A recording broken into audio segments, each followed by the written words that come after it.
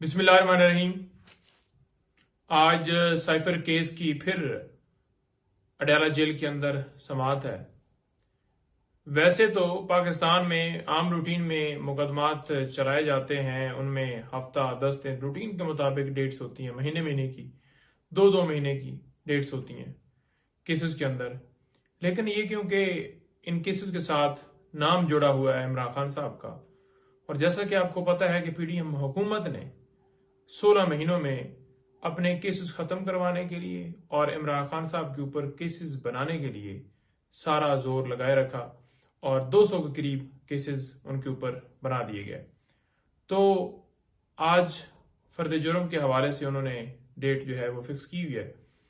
Islamabad high court, जिनके पास शाह महमूद कुरैशी साहब की बेल होती है, उस बेल के अंदर ऑर्डर करते हुए वो कहते हैं जी कि 4 हफ्तों के अंदर ये ट्रायल जो है ये कंक्लूड किया जाए। क्या बाकी मुकदमात में भी यूं ही वो हदायत देते हैं कि 4 हफ्ते के अंदर ये ट्रायल कंक्लूड किया जाए? सवाल ये है। और दूसरा सवाल ये है कि जब इस्लामाबाद हाई कोर्ट ने ओपन ट्रायल का कह दिया कि ओपन ट्रायल होना चाहिए, तो क्या ये ओपन ट्रायल हो रहा है? किसी सूरत हम इसे ओपन ट्रायल नहीं मानते। उसकी रीजन ये है कि ओपन ट्रायल आम कोर्ट के अंदर जब अदालत ने हुक्म दिया था कि खान साहब को पेश किया जाए, तो उसके ऊपर एक बहाना बनाया गया सरकार की तरफ से कि सिक्योरिटी खदशात हैं, खुफिया अदारों की कोई रिपोर्ट पेश की गई। तो हम समझ से बाहर थे कि वो रिपोर्ट जब हमने कहा कि हमें दिखाई जाए तो वो दिखाई भी नहीं गई। लिहाजा अदालत का हुक्म नहीं माना और अदालत फिर खुद चलकर अडयाला जेल के अंदर जो है वो चली गई। अब अडयाला जेल में इससे पहले भी मुख्तलिफ नोटिफिकेशन निकाले गए और जो प्रोसीडिंग्स की गई इस केस के अंदर वो बिल्कुल गैर कानूनी थी।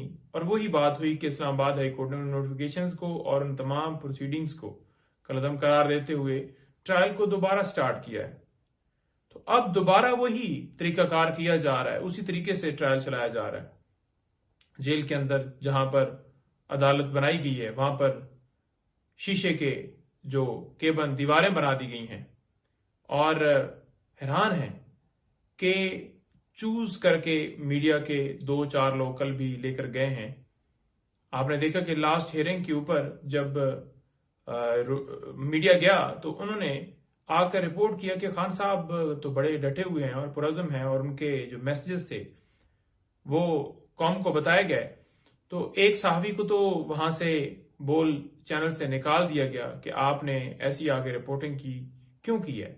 उनसे बल्कि बयान लेने की भी पूरी कोशिश की गई कि आप ये कहें कि मुझे कहा गया था और मैंने उनके कहने के ऊपर ये बयान दिया था, असल हकीकत नहीं है। तो उसने कहा जी मैं सहाफ़ती असूलों को अपनाते हुए बिल्कुल उस बात को एक्सेप्ट नहीं करूंगा और जो मुझे हकीकत लगी मैंने आकर बता दी।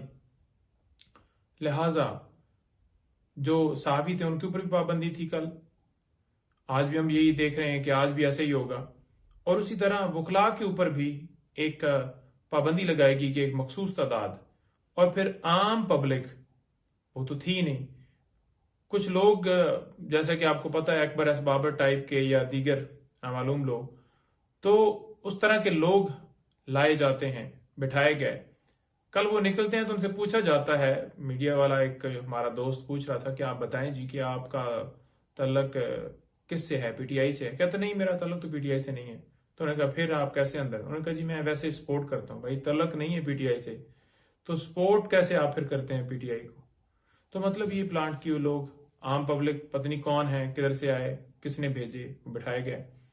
और मीडिया का वहां पर होना इसलिए जरूरी था कि वो हकायक बता सकें कौम को कि केस के अंदर जितने केसेस चल रहे हैं उनके अंदर हो क्या रहा है। लेकिन वहां पर मीडिया जो चूज किया गया तो वो ना तो खान साहब तक उनकी आवाज जा सकती थी, ना वो उनसे बात कर सकते थे, क्योंकि वो शीशी के केबन एक सिक्योरिटी का बहाना बनाया गया है। अदरवाइज हम देख रहे हैं कि वो जो नामालूम लोग हैं वो उस समाज के ऊपर मौजूद थे उस हॉल के अंदर, उनसे कोई खतरा नहीं है।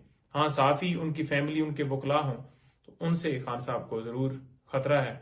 और जहां पर जैसा आप बैठे हुए हैं वहां से जो साफी बैठे हुए कम से कम 20-25 फुट 30 फुट का वो फासला है, तो वहां से जो समाअत चल रही होती है, जो कार्रवाई चल रही होती है, जो दलाइल चल रहे होते हैं, वो भी मीडिया के लोगों तक रिपोर्ट नहीं होते। तो वो जब कल समाअत खत्म हुई तो उन्होंने पूछा कि हमें जी बताया जाए कि क्या हुआ है समाअत में। तो क्या ये सिर्फ लोग एक ड्रामा रचाया जा रहा है कि लोगों को अंदर ले जाना है, जब उन तक समाअत की आवाज ही नहीं आ रही कि अंदर हो क्या रहा है, तो फिर उस अंदर भिजवाने का क्या फायदा। तो फिर क्या इसे ओपन ट्रायल कहेंगे? ओपन ट्रायल का मतलब होता है आम पब्लिक, वकला और फैमिली और जो साफी हैं वो जाएं, बिल्कुल उनको हर तरह से एक्सेस हासिल हो। और जेल के अंदर ही क्यों की जा रही है? अगर एक शख्स को आप सिक्योरिटी नहीं दे सकते तो 26 करोड़ आवाम को आप कैसे सिक्योरिटी जो है वो फराहम करेंगे? इसी तरह तोशाखाना केस वो भी कल लगा हुआ था और उसके अंदर इनिशियल दलाइल कुछ हुए हैं, आज मजीद उसके अंदर दलाइल होंगे। इसके साथ साथ अलकादर ट्रस्ट केस तोशाखाना, जो आपको पता है बीबी साहिबा के ऊपर भी एक इसी तरह से कार्रवाई नैब के अंदर चलाई गई है, तो वो भी आज दोनों केसेस में बीबी साहिबा भी पेश होंगी वहां पर। और इसके साथ साथ इलेक्शन कमीशन वो भी जनाब अब चल के जा रहा है, तौहीने अदालत की कार्रवाई स्टार्ट है। इलेक्शन कमीशन जो है वो कमीशन है, वो अदालत नहीं है, ट्राइब्यूनल नहीं है, तो उसके पास तौहीने अदालत का इख्तियार ही नहीं है। पहले तो उसके पास इख्तियार नहीं है और दूसरे नंबर पर अब वो भी अडयाला जेल के अंदर चल के जा रहा है। तो मेरा ख्याल में अब सिर्फ सुप्रीम कोर्ट और हाई कोर्ट ही रह गई है, बाकी तो हर जो है वो अदालत जो है या हर ट्राइब्यूनल या कोई भी जो है वो कोई कसर बाकी नहीं है कि कोई वहां पर जो है रह गया हो। तो इस तरह से ये कार्रवाई चलाई जा रही है।